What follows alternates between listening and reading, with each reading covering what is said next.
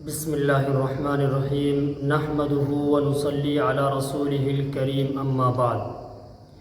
ہم آپ کو اس ویڈیو کے اندر جو نماز کے اندر واجبات ہیں ان کو بتائیں گے۔ واجبات کا حکم سمجھیں۔ پہلے واجبات کا حکم یہ ہے کہ اگر کوئی شخص ان کو جان بوجھ کر چھوڑ دیتا ہے تو پھر اس کی نماز نہیں ہوگی، اس کو نماز دوبارہ سے پڑھنی ہوگی۔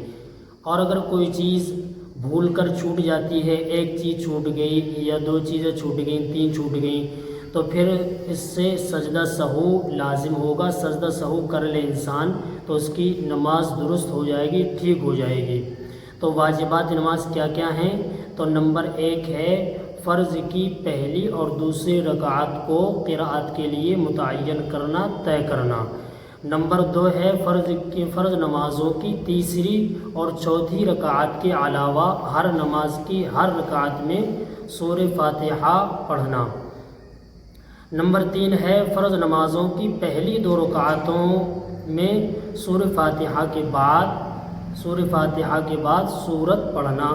ایک تو یہ ہے کہ پوری سورت پڑھے، اور ایک یہ ہے کہ 3 چھوٹی آیت پڑھے، یا پھر یہ ہے کہ ایک کوئی بڑی آیت پڑھ دے جو 3 چھوٹی آیتوں کے برابر ہو جائے۔ نمبر 4 ہے فاتحہ اور دوسری سورت کے درمیان ترتیب قائم رکھے، یعنی پہلے فاتحہ پڑھے، اس کے بعد پھر کوئی دوسری سورت پڑھے، اس کے درمیان ترتیب قائم رکھنا یہ واجب ہے۔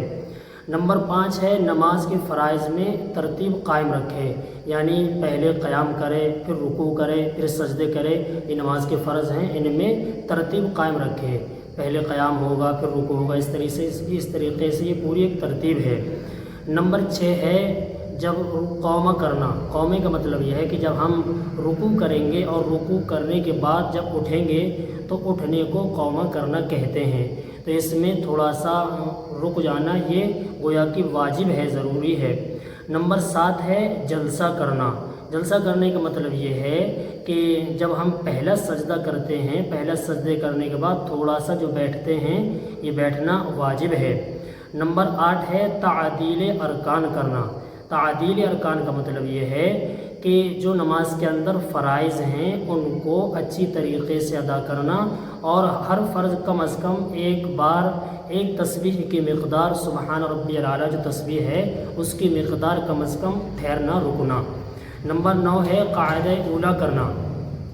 قاعدہ اولیٰ کا مطلب یعنی اگر کوئی انسان ظہر کے فرض پڑھ رہا ہے تو اس میں جو 2 رکعت نماز پڑھے گا، 4 رکعت پڑھے گا، تو 2 رکعت جو بیچ میں بیٹھے گا اس کو قاعدہ اولیٰ کہتے ہیں۔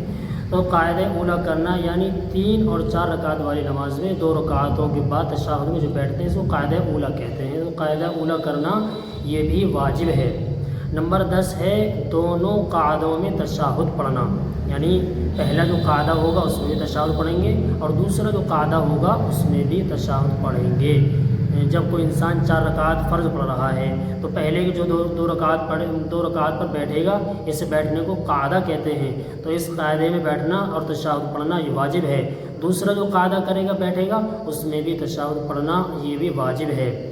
نمبر 11 ہے فجر کی نماز ہے، اور مغرب کی نماز ہے، عشاء کی نماز ہے، اور رمضان المبارک کے اندر وتر کی نماز ہے، عیدین کی نماز ہے، اور نماز جمعہ ہے۔ ان میں بلند آواز سے امام قرأت کرے گا، تو یہ بلند آواز سے قرأت کرنا یہ واجب ہے۔ اور ظہر اور عصر کے اندر آہستہ سے قرأت کرنا یہ واجب ہے۔